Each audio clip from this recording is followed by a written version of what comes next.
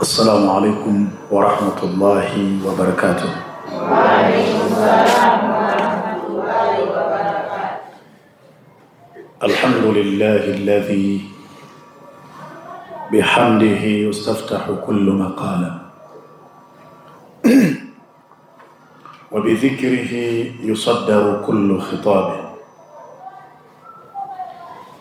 وبفضله يتناعم أهل الجزاء والثواب وباسمه يشفى كل داء وبه تكشف كل غمة وبلاء وإليه ترفع الأيدي بالتضرع والدعاء في الشدة والرخاء وهو السامع لجميع الأصوات على اختلاف اللغات فله الحمد على ما أسدى وأولى وله الشكر على ما أنعم وأعطى والصلاة والسلام على حبيبنا المصطفى ورسولنا المرتضى خاتم الأنبياء والمرسلين وعلى آله وأصحابه الكرام ومن تبعهم بإحسان إلى يوم الدين. أما بعد. Ikhwani, ndugu zangu, baada ya kumshukuru Mwenyezi Mungu Subhanahu wa Ta'ala na kumtakia rehma na amani kiongozi wa umma, jemedali wetu, amiri jeshi wetu mkuu, mtukufu wetu wa daraja, mtume wetu Muhammad sallallahu alaihi wasallam, pamoja na ahli zake na sahaba wake kwa ujumla. Amin. Leo ni siku ya Ijumaa ya tarehe 9 ya mwezi huu wa Januari mwaka huu wa 2026. Tumebakiwa takriban na siku 21 hivi kulidiriki tukio muhimu ambalo tumeanza kulitangaza wiki jana, tukio la dua ya khawasi ya ndoto. Kupitia dua hii, mimi ninaamini kwa uweza wake Allah Subhanahu wa Ta'ala, tunakwenda kuwafanya wasioota waweze kuota, lakini pia tunakwenda kuwafanya wale wanaoota ikifika asubuhi wanasahau waweze kukumbuka ndoto zao, lakini pia tunakwenda kuwafanya wale wanaoota mambo mazuri yenye kubashiri mafanikio katika maisha yao, lakini kumekuwa na ugumu wa kuyafikia mafanikio hayo. Kupitia dua hii tunakwenda kuwafanya waweze kuyafikia mafanikio wanayoyaona kupitia ndoto biidhnillahi subhanahu wa ta'ala. Lakini kupitia tukio hilo, wale wanaoota ndoto mbaya zenye kubashiri mabalaa katika afya zao na zile ndoto zinazobashiri maafa katika milango yao ya mali, biashara zao, ndoa zao, kazi zao na kadhalika, tunakwenda kumlilia Allah Subhanahu wa Ta'ala kupitia dua hii ya khawasi ya ndoto. Mwenyezi Mungu Subhanahu wa Ta'ala awaondoshee hayo mabalaa wanayoyaona kupitia ndoto. Kwa hiyo dua hii ni dua muhimu sana, na siku zote tumekuwa tukiambizana ya kwamba iko hadithi ya Mtume sallallahu alaihi wasallam inayosema ad-du'au yanfa'u mimma nazala, dua ina msaada mkubwa wa kumnufaisha mwanadamu kwa kumuondolea lile balaa ambalo tayari limemshukia. Wa mimma lam yanzil, lakini dua pia ina msaada mkubwa wa kulizuia lile balaa ambalo halijashuka kwa mwanadamu ili lisipate kushuka. Sasa yapo mabalaa ambayo yametushukia na sisi tumeyashuhudia kupitia ulimwengu wa ndoto. Tunakwenda kumwomba Allah subhanahu wa ta'ala atuondoshee mabalaa haya. Lakini pia yapo mazuri ambayo tumeyashuhudia kupitia ndoto, lakini kumekuwa na uzito kuyafikia hayo mazuri. Tunakwenda kumwomba Allah subhanahu wa ta'ala atujalie tuweze kuyafikia mazuri haya. Lakini yako mabalaa pia ambayo hayajashuka, lakini tahadhari yake tumeipata kupitia ndoto. Tunakwenda kumlilia Allah subhanahu wa ta'ala ayazuie mabalaa hayo ili yasitushukie. Kwa hiyo ukiuthamini ulimwengu wa ndoto na ukaufanyia kazi, unaweza ukapata mafanikio kupitia ulimwengu huo. Lakini kama utaudharau na ukapuuza, huenda ukafikwa na madhila makubwa. Kwa hiyo tarehe 1 ya mwezi wa pili ya mwaka huu wa 2026 tunakwenda kufanya dua kubwa, dua ya khawasi ya ndoto. Na dua hii ndugu zangu, kama nilivyokutangazieni, ina maandalizi yake, na maandalizi ni vitu viwili tu. Kitu cha kwanza, maandalizi yake tumeanza wiki iliyopita. Lazima upatiwe waraka maalum, na huu waraka hakukuandikwa ndani yake mambo ya kipuuzi, isipokuwa kumeandikwa dua mbili. Dua ya kwanza ni ile anayosomewa muotaji kabla ya kuhadithia ndoto yake, na dua ya pili iliyoandikwa kwenye waraka huu ni ile anayosomewa muotaji baada ya kuwa amepewa tafsiri ya ndoto zake. Umefanyika utafiti na uchunguzi na majaribio, kwa sababu tunaambiwa ilmu tibbi asasuhu mabniyu ala tajarubi, elimu ya tiba msingi wake umejengewa katika majaribio. Kwa hiyo waraka huu ulioandikwa hizi dua mbili umefanyika utafiti na majaribio, imeonekana una uwezo mkubwa huu waraka wa kufungua ndoto zilizofungwa ili mtu aweze kuota. Waraka huu una uwezo mkubwa biidhnillahi tabaraka wa taala wa kurejesha kumbukumbu ya ndoto kwa yule anayeota, ikifika asubuhi anasahau. Waraka huu una uwezo mkubwa wa kuondosha awaridhu sihiria, vipingamizi vya kichawi, au awaridhu shaitania, au vipingamizi vya kishaitani ambavyo vimekaa katikati ya mtu na mafanikio anayoyaona kupitia ndoto. Vipingamizi hivi vinamzuia kuyafikia hayo mafanikio. Waraka huu ukitumika vizuri una uwezo wa kuondosha vipingamizi hivyo ili mtu aweze kuyafikia hayo mafanikio anayoyaona kupitia ndoto. Lakini waraka huu ulioandikwa dua hizi mbili, kwa wale ambao wanaota ndoto mbaya na wanapokwenda kwa mashehe kuomba tafsiri, ndoto zile zinafasiri, zinabashiri mambo mabaya, waraka huu ukitumika vizuri biidhnillahi tabaraka wa taala unaweza kuondosha mabalaa hayo ambayo umeyaona kupitia ndoto. Kwa hiyo kilichoandikwa hapa ni kitu muhimu sana.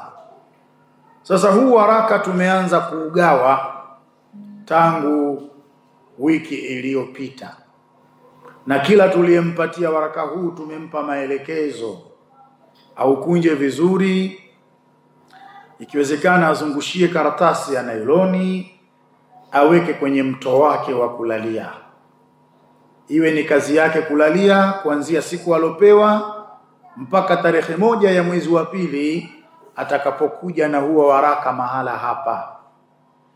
Tumetoa maelekezo kama hayo, na tukatoa ufafanuzi kwamba matibabu kupitia kulalia dua, mambo kama haya yalishatokea wakati wa Mtume sallallahu alaihi wasallam. Kile kisa cha barua ya Mtume, kisa kinachomuhusu sahaba wa Mtume anayeitwa Abu Dujana. Alipolala akamuona jini ndani ya nyumba yake anayeitwa Amirul Baiti, na ilipofika asubuhi akaenda kwa Mtume sallallahu alaihi wasallam kushtakia. Mtume akaagiza wino na karatasi, ikaandikwa barua, kisha akapewa huyu sahaba, akaambiwa nenda ukailalie kwenye mto wako. Kwa hiyo matibabu kupitia kulalia dua ni jambo ambalo limejuzu kupitia mafundisho ya Mtume sallallahu alaihi wasallam. Na ndio utaona wataalamu wengi huwa wanaandika barua kwenye karatasi, wanaandika dua kwenye karatasi, kisha wanawapa wagonjwa wao, wanakwenda kulalia na wanapona. Kwa hiyo tumetoa maelekezo, ukiupata waraka huu ukunje vizuri, zungushia nailoni, tia kwenye mto wako wa kulalia, lalia. Utafiti umefanyika kwamba dua hii ina uwezo mkubwa biidhnillahi tabaraka wa taala kukufungulia ndoto zako wewe. Ina uwezo mkubwa wa kurejesha kumbukumbu ya ndoto kwa wale wanaoota ikifika asubuhi wanasahau. Waraka huu unaondosha vipingamizi vya kichawi na vipingamizi vya kishetani vilivyokaa katikati yako wewe na mafanikio uliyoyaona kupitia ndoto. Lakini waraka huu ukitumika vizuri unaweza kuondosha mabalaa uliyoyaona kupitia ndoto. Tunarudia maelezo haya ili yaweze kukuingieni. Kilichoandikwa kwenye waraka huu ni pale wewe unapomwendea shekhe ukamwambia, shekhe, usiku wa kuamkia leo nimeota, naomba nikuhadithie ndoto yangu. Ikiwa shekhe anayo maarifa ya kutosha kuhusiana na elimu ya ndoto, hawezi kukupa fursa uhadithie, atakuziwia, then atakuombea dua kabla ya kuihadithia ndoto yako. Dua atakayokuombea atakwambia hivi: khairan tutalaqa au sharran tutawaqa. Hiyo ndoto uliyoiota kama ni ya kheri, ninakuombea kwa Mwenyezi Mungu Subhanahu wa Ta'ala akukutanishe na hiyo kheri. Lakini kama ndoto uliyoiota ni ya shari, ninakuombea kwa Allah Subhanahu wa Ta'ala akuepushe na shari hiyo. Sheikh anatakiwa akuombee hii dua, kisha ndio anakuambia sasa hadithia ndoto yako. Sasa hii dua ndiyo iliyoandikwa kwenye huu waraka unaokwenda kuulalia. Yaani kana kwamba unamwambia Mwenyezi Mungu Subhanahu wa Ta'ala, nikutanishe na ndoto nzuri nitakazoziota na uniepushie ndoto mbaya nitakazoziota. Kana kwamba unamueleza hivyo Allah Subhanahu wa Ta'ala. Sasa baada ya kuwa shekhe umemhadithia ndoto yako, kisha na yeye ameshapata tafsiri, kabla ya kuondoka anatakiwa kuombee tena dua. Hii ni dua ya pili na yenyewe imeandikwa kwenye huu waraka. Anatakiwa akuombee dua hii: la ilaha illa anta subhanaka inni kuntu minadh-dhalimin. Ni maneno ambayo aliyatamka Nabiyullah Yunus alayhi salam alipomezwa na chewa, ikawa ni sababu ya Mwenyezi Mungu kumuondoshea matatizo haya. Sasa Allah atakuondoshea matatizo unayoyaona kupitia ndoto kama alivyomuondoshea matatizo Nabiyullah Yunus. Matatizo yaliyomfika Yunus yalikuwa ni mazito, kwa sababu alikuwa anakimbia kazi ya Allah.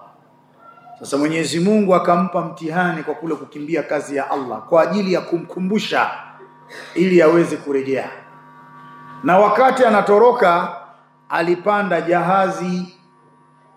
Sasa katikati ya safari lile jahazi likaanza kupigwa na dharuba, kana kwamba linataka kughiriki. Na zamani walikuwa wana imani kwamba dharuba yoyote inapotokea majini, basi lazima kutakuwa kuna mtu ambaye amemkimbia bwana wake. Ikapigwa kura pale, kila ikipigwa kura inamwangukia Nabii Yunus. Wakasema, wewe bila shaka utakuwa unamkimbia bwana wako. Na kweli alikuwa anakimbia kazi aliyopewa na Allah subhanahu wa ta'ala. Baada ya kuona watu wake hawamsikii, kila anapowalingania wale watu wake wao hawaelewi lolote, kazi yao ikawa ni kumshirikisha Allah subhanahu wa ta'ala. Yeye akaamua kukimbia, kwamba ikiteremka gharqa, ikiteremka adhabu, na mimi sije kunikuta. Kumbe kwa kufanya hivyo anafanya makosa. Sasa katikati ya safari ndiyo inatokea dharuba, wakiwa baharini. Sasa imepigwa kura, inamwangukia yeye ndiye yuamkimbia bwana wake. Wakasema, huyu sisi tutamchukua, tutamtupa kwenye bahari. Na kweli jambo hilo lilifanyika. Walimshika wakamtupa baharini. Sasa wakati anatupwa baharini, Mwenyezi Mungu akamleta chewa. Chewa ni samaki, anatoka kwenye safina anaingia kwenye mdomo wa samaki. Yule samaki anaogelea mpaka chini ya lindi la bahari. Nabii Yunus akawa kwenye viza vitatu. Kwanza kiza cha bahari, maana bahari ina kiza, lakini kiza cha tumbo la samaki. Na kwa kuwa humo ulikuwa unampitia usiku na mchana, na kiza cha usiku pia, akawa kwenye viza vitatu. Hii ni shida kubwa, hili ni tatizo kubwa sana hili. Basi pale akagundua kuwa amefanya makosa, akaanza kutamka la ilaha illa anta subhanaka inni kuntu minadh dhalimin. Maana ya maneno haya, hakuna mola mwenye haki ya kuabudiwa isipokuwa wewe Allah. Utakasifu ni wako wewe Allah, hakika mimi nilikuwa miongoni mwa watu madhalim.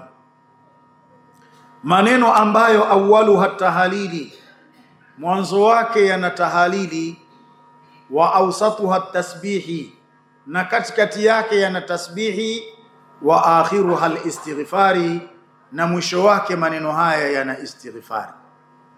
Kayatamka kwa wingi maneno haya mpaka yule samaki, yule chewa, akachanganyikiwa, akaogelea kutoka kwenye lindi la bahari, akaenda mpaka kwenye uso wa bahari, akaogelea mpaka ufukweni, akamtema Nabii Yunus kule. Kilichomwokoa nini Nabii Yunus? Tahalili na tasbihi na istighfari. Sasa maneno haya yameandikwa kwenye hii karatasi unayoilalia wewe, kana kwamba unamwambia Allah subhanahu wa ta'ala, na kuomba uniokoe na matatizo ninayoyashuhudia kupitia ulimwengu wa ndoto, kama ulivyomuokoa Nabii Yunus. Kana kwamba unamueleza Allah subhanahu wa ta'ala, niondoshe vipingamizi vya kichawi, vipingamizi vya kishaitani vilivyoko katikati yangu mimi na kati ya mafanikio ninayoyaona kupitia ndoto. Niondolee vipingamizi hivi kama ulivyomuondoshea vipingamizi mja wako Yunus alipomezwa na tumbo la samaki. Ndio maana tukasema huu waraka sio waraka wa kuchezea, na wala sio waraka wa kupuuzia. Uchukue waraka huu, ukunje vizuri, uzungushie nailoni, lalia. Halafu tarehe 1 ya mwezi wa pili mwaka huu 2026 njoo na huo waraka hapa kwenye dua ya khawasi ya ndoto. Kwa hiyo dua ya pili inafunguliwa na tasbihu Yunus, la ilaha illa anta subhanaka inni kuntu minadh dhalimin. Kisha maneno yanayofuatia ni dua, Allahumma inna ibaduka, e Mwenyezi Mungu, hakika sisi ni waja wako, wa abna'u abdika, na ni watoto wa mja wako, wa abna'u amatika, na ni watoto wa mjakazi wako, nasiyatuna biyadika, utosi wetu uko kwenye milki yako, madhin fina hukmuka, imepita kwetu sisi hukumu yako, adlun fina qada'uka, kile ulichokihukumilia kwetu sisi ni cha uadilifu. Nas'aluka Allahumma, tunakuomba Mwenyezi Mungu, bikulli ismi huwa laka samaita bihi nafsaka, kupitia kila jina ambalo umejiitia wewe mwenyewe nafsi yako, au anzaltahu fi kitabika, tunakuomba kupitia lile jina uliloliteremsha katika kitabu chako, au allamtahu ahadan min khalqika, au lile jina ulilomfundisha yoyote miongoni mwa viumbe wako, au ista'tharta bihi fi ilmi alghaibi indaka, au lile jina ambalo wewe mwenyewe umejihusisha kulijua katika ilmu yako ya ghaibu, tunakuomba kupitia jina hilo. Antaj'ala alqur'ana rabi'a qulubina, tunakuomba uifanye Qur'ani hii iwe ni kiliwazo cha nyoyo zetu, wa nura absarina, na iwe ni nuru ya macho yetu, wa jalaa ahzanina, na iwe ni sababu ya kutuondolea huzuni zetu, wa dhahaba humumina wa ghumumina, na utuondolee shida zetu na tabu zetu, birahmatika ya arhamar rahimin. Maneno mazito kabisa haya. Unaipokea waraka huu, unaukunja vizuri, unakwenda kuulalia. Unalalia kana kwamba unamwambia Allah kwa maneno haya, nifungulie ndoto zangu niweze kuota. Kana kwamba unamueleza Allah kwa maneno haya, nirejeshe kumbukumbu ya ndoto zangu, ikiwa mimi ninaota ikifika asubuhi nasahau. Kana kwamba unamueleza Allah subhanahu wa ta'ala, niondolee vipingamizi vya kichawi, vipingamizi vya kishetani vilivyoko baina yangu mimi na baina ya mafanikio ninayoyaona kupitia ulimwengu wa ndoto. Kana kwamba unamueleza Allah subhanahu wa ta'ala maneno hayo. Kwa hiyo tiba kupitia kulalia dua ni jambo ambalo linafaa. Kwa hiyo kitu cha kwanza unachotakiwa ujiandae nacho ni kupata waraka huu. Lakini kitu cha pili ambacho unatakiwa ujiandae nacho kabla ya tarehe 1 ni kombe, na hili kombe tutaanza kuligawa kesho. Tusemeni insha Allah. Tusemeni tena insha Allah. Maneno ya Allah pia yana msaada kufungua ndoto zako, kurejesha kumbukumbu ya ndoto zako, kuondosha vipingamizi vinavyokuzuia wewe kufikia mafanikio, kuondosha mabalaa unayoyaona kupitia ndoto. Maneno ya Allah yana msaada mkubwa sana, ndiyo tutakayoyaandika kwa wino wa zaafarani uliochanganywa na maji wardi na miski nyeupe ya unga. Tutachanganya, tutakugawia wewe. Kwa hiyo kila mmoja siku ya kesho anatakiwa aje na chupa. Haya mambo mawili ndio unayotakia kujiandaa nayo kuelekea tarehe 1 ya mwezi wa 2 ya mwaka huu wa 2026. Lakini tulisema mpaka kufikia tarehe 1 tutakuwa tunafanya semina ya kutafsiri ndoto. Wewe sasa sikiliza ndoto hizi, kisha ziweke kwenye mizani na ndoto unazoota kila siku. Kama zinafanana, basi jua tafsiri yake ndiyo hiyo. Tena hakuna sababu ya kwenda kumuhadithia shekhe, kwa sababu darsa hii inakuwa inakutosha wewe. Ndoto ya leo ni ndoto ya 13. Huko nyuma tumeelezea ndoto 12. Siku ya kwanza tulieleza ndoto 6, na siku iliyofuatia tukaeleza ndoto 6 pia. Sasa leo tutaelezea ndoto 6 pia. Kwa hiyo itakuwa ni ndoto ya 13. Ndoto ya kwanza siku yetu ya leo, ru'ya al-azib mauta. Mtu ambaye hajaoa au kuolewa, akilala akaota anakufa. Mtu ambaye hajaoa au kuolewa, akilala akaota anakufa, na ikawa hakufanyiwa yale mambo manne ya kuoshwa, ya kuvikwa sanda, ya kuswaliwa na kuzikwa. Hakufanyiwa hayo mambo. Wakati mwingine, japokuwa ndoto hii inabashiri umri mrefu, wakati mwingine ni dalili ya kuachana na mke wake au ni dalili ya kuachana na mumewe. Pamoja na kwamba inabashiri umri mrefu, lakini pia inabashiri ndoto hii kuachana na mkeo au kuachana na mumeo. Kwa nini? Fa inna bil mauti taqa'ul farqa, kwani kwa sababu ya kifo faraka huwa inatuka baina ya mume na mke. Ndio maana ukipewa talaka unakaa eda ya kuachwa, lakini pia ukifiwa mume unakaa eda ya kufiwa. Kwa hiyo kwa kifo faraka huwa inatokea baina ya mume na mke. Kwa mtu ambaye hajaoa au kuolewa, ikiwa amelala akaota amekufa na ikawa hakufanyiwa yale mambo manne, pamoja na kwamba ndoto hii huwa inabashiri umri kuwa ni mrefu, lakini pia inabashiri kufarakana na mkeo au kufarakana na mumeo. Hiyo ni ndoto ya kwanza siku ya leo. Kama wapo wanaoota ndoto kama hizi, kama ni za kheri, Mwenyezi Mungu awakutanishe na hizo kheri, na kama ni za shari, basi Mwenyezi Mungu awaepushe na hizo shari. Tusemeni amin. Amin. Mmekuwa wavivu hata kuitikia amin, maana hii ni dua. Ndoto ya pili, marraa kaanna alwali mata wannasu yadhkurunahu bi khairi. Yoyote atakayelala akaota kama vile mtawala amekufa. Kama ni nchi inatawaliwa na uraisi, ukamwotea rais amekufa. Kama nchi inatawaliwa na sultani, ukamwotea sultani amekufa.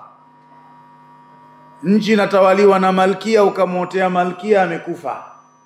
Wannasu yadhkurunahu bi khairi, na watu wanamtaja huyo mtawala kwa kheri.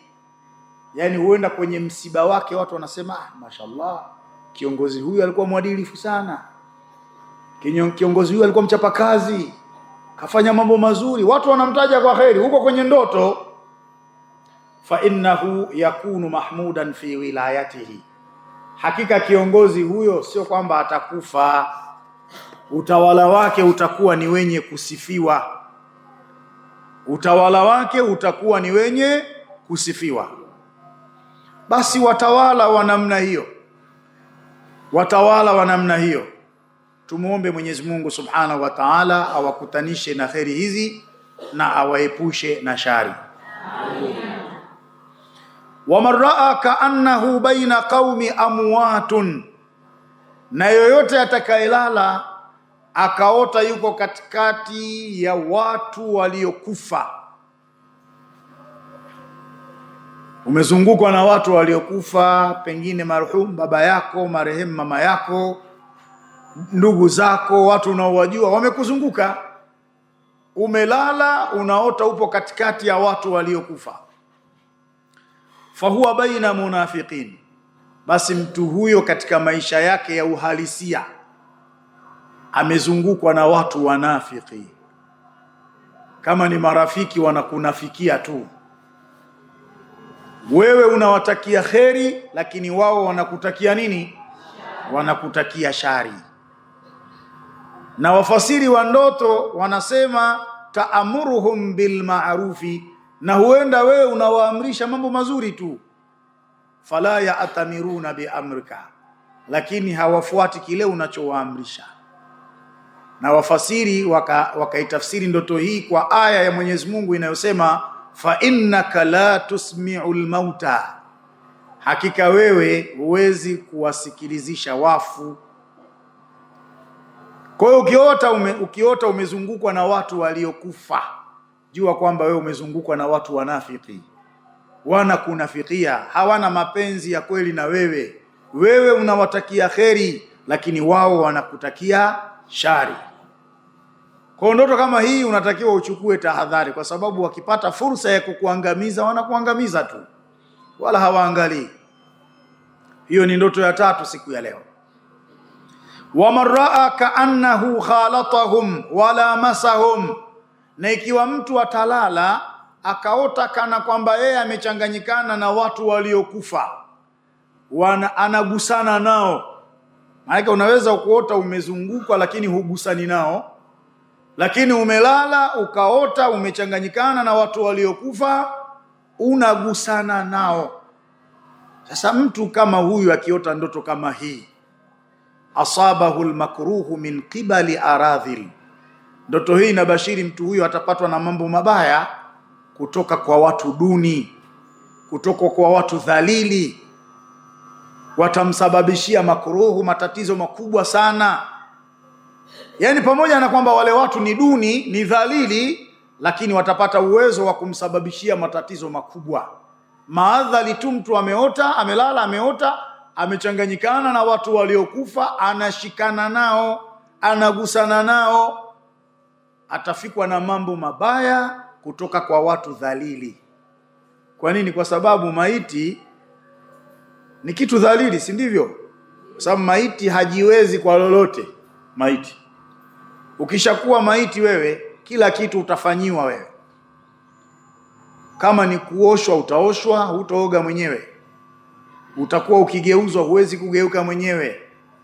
Utavishwa sanda, huwezi kuvaa. Utabebwa uwekwe kwenye jeneza, ubebwe upeleke kaburini, huwezi kujibeba we mwenyewe. Kwa hiyo maiti ni kitu duni, ni kitu dhalili. Sasa kuota umechanganyikana na watu waliokufa wanakushika, utapata makruhu, mambo yenye kuchukiza kutoka kwa watu dhalili. Sasa wanaoota ndoto kama hizi, ikiwa ni za kheri, manake Allahu aalam, Mwenyezi Mungu awakutanishe na hizo kheri. Amin. Lakini kama ni ndoto za shari hizi, kama tulivyoona, Mwenyezi Mungu awaepushe na hizo shari. Amin. Hiyo ni ndoto ya 4. Ndoto ya 5, wa maraa mayitan, na yoyote atakayemuota maiti, alladhi mata, ambaye alikushawahi kufa, kalala kamuota, faarafahu, kisha akamjua kwamba huyu si fulani, alishakufa huyu. Faarafahu, akamjua. Wa akhbarahu annahu lam yamut, kisha yule maiti akamueleza kuwa yeye hajafa. Yani akaelezwa na yule maiti, mimi sijafa, nipo tu. Usije kudhani kwamba kafanywa msukule, maana unaweza ukaota ndoto kama hii ukadhani kafanywa msukule. Kaniambia kabisa yeye mzima hajafa. Ni ndoto hii. Kwa hiyo atakayelala akaota, akamuota maiti, akamuona maiti ambaye alikushakufa, faarafahu, akamjua kwamba huyu ni fulani, wa akhbarahu annahu lam yamut, na kisha maiti yule akamueleza kwamba yeye hajafa, dalla ala salahi hali almayit fil akhirah. Ndoto hiyo inajulisha juu ya uzuri wa hali ya maiti kule akhera, juu ya maisha mazuri alionayo maiti kule akhera. Maiti akikwambia mimi sijafa, jua ana maisha mazuri huko. Na ndoto hii inatafsiriwa na kauli ya Mwenyezi Mungu Subhanahu wa Ta'ala aliposema, wala tahsabanna alladhina qutilu fi sabilillahi amwata bal ahya'u 'inda rabbihim yurzaqun, musije mukadhani ya kwamba wale waliouliwa katika njia ya Mwenyezi Mungu Subhanahu wa Ta'ala kuwa hao ni wafu, bali watu hao wako hai mbele ya Allah Subhanahu wa Ta'ala, wanaruzukiwa. Wala tahsabanna alladhina qutilu fi sabilillahi amwata, musiwadhanie wale waliouliwa katika njia ya Mwenyezi Mungu kuwa ni wafu, bal ahya'u 'inda rabbihim yurzaqun, bali hao wako hai mbele ya Mwenyezi Mungu, wanaruzukiwa. Sasa mtu aliyokufa akikwambia mimi niko hai, basi jua kwamba huyo ana maisha mazuri kule akhera. Kwa wale wanaoota ndoto hizi, kama ni za kheri, basi Allah awakutanishe na kheri hizo. Amin. Na kama ni za shari, Mwenyezi Mungu awaepushe na shari hizo. Amin. Lakini ndoto ya 6, ambayo ni ndoto ya mwisho sasa siku ya leo, hii itakuwa ni ndoto yetu ya mwisho, tunakwenda taratibu. Maraa anna almayita mu'rida anhu, yoyote atakayelala kisha akamuota maiti ana kinyongo naye, yani kapuuzwa na maiti. Yani wewe umeota maiti, lakini yule maiti kama vile ana kinyongo na wewe, anakupuuza. Au munazi'an lahu, au amelala akaota anagombezwa na maiti. Wakaannahu yadhribuhu, kana kwamba anapigwa na yule maiti. Yani unaota maiti amekupuuza au anakugombeza au anakupiga yule maiti. Dalla ala annahu irtakaba ma'asiya, ndoto hii inabashiri kwamba huyu muotaji huenda amefanya maasi yanayomchukiza Mwenyezi Mungu Subhanahu wa Ta'ala. Sasa anaonywa, ndoto hii inasimama kama hoja kwake yeye, anaonywa aachane na hayo maasi ukiota hivyo. Wa man raa mayitan ghaniya fawqa ghinahu fi hayatihi, na ikiwa utamuota maiti amekuwa tajiri kuliko alivyokuwa katika wakati wa uhai wake, utajiri umeongezeka, fahuwa salahu halihi fil akhirah, huko ni kutengemaa kwa hali yake katika maisha ya akhira. Lakini ikiwa umelala ukamuona ni maskini yule maiti, fahuwa faqruhu ila alhasanati, ni kufirisika kwake katika kuyaendea mambo mema. Alikuwa hafanyi mema yule, amekufa, hana chochote alichokwenda nacho mbele ya Mwenyezi Mungu Subhanahu wa Ta'ala. Sasa kama wapo wanaota ndoto kama hizi, ikiwa ni za kheri, basi Allah awakutanishe na kheri hizo. Amin. Na kama ni ndoto za shari, basi Mwenyezi Mungu awaepushe na shari hizo. Amin. Sasa kikubwa zaidi ni kuupata waraka huu. Ukiupata waraka huu, nenda kaanze kuulalia, na tarehe 1 mwezi wa 2 njoo nao hapa huu waraka. Lakini pia siku ya kesho njoo na chupa yako tupu, tuanze kukupatia lile kombe la kufungua ndoto na kurejesha kumbukumbu ya ndoto, lakini pia kuondosha vipingamizi vinavyokuzuia wewe kuyafikia mafanikio uliyoyaona kupitia ndoto, lakini pia kuondosha mabalaa yote uliyoyaona kupitia ndoto. Tumuombe Mwenyezi Mungu Subhanahu wa Ta'ala atuwafikie juu ya haya tunayoyaendea. Innahu waliyu tawfiqi. Wassalamu alaikum wa rahmatullahi wa barakatuh.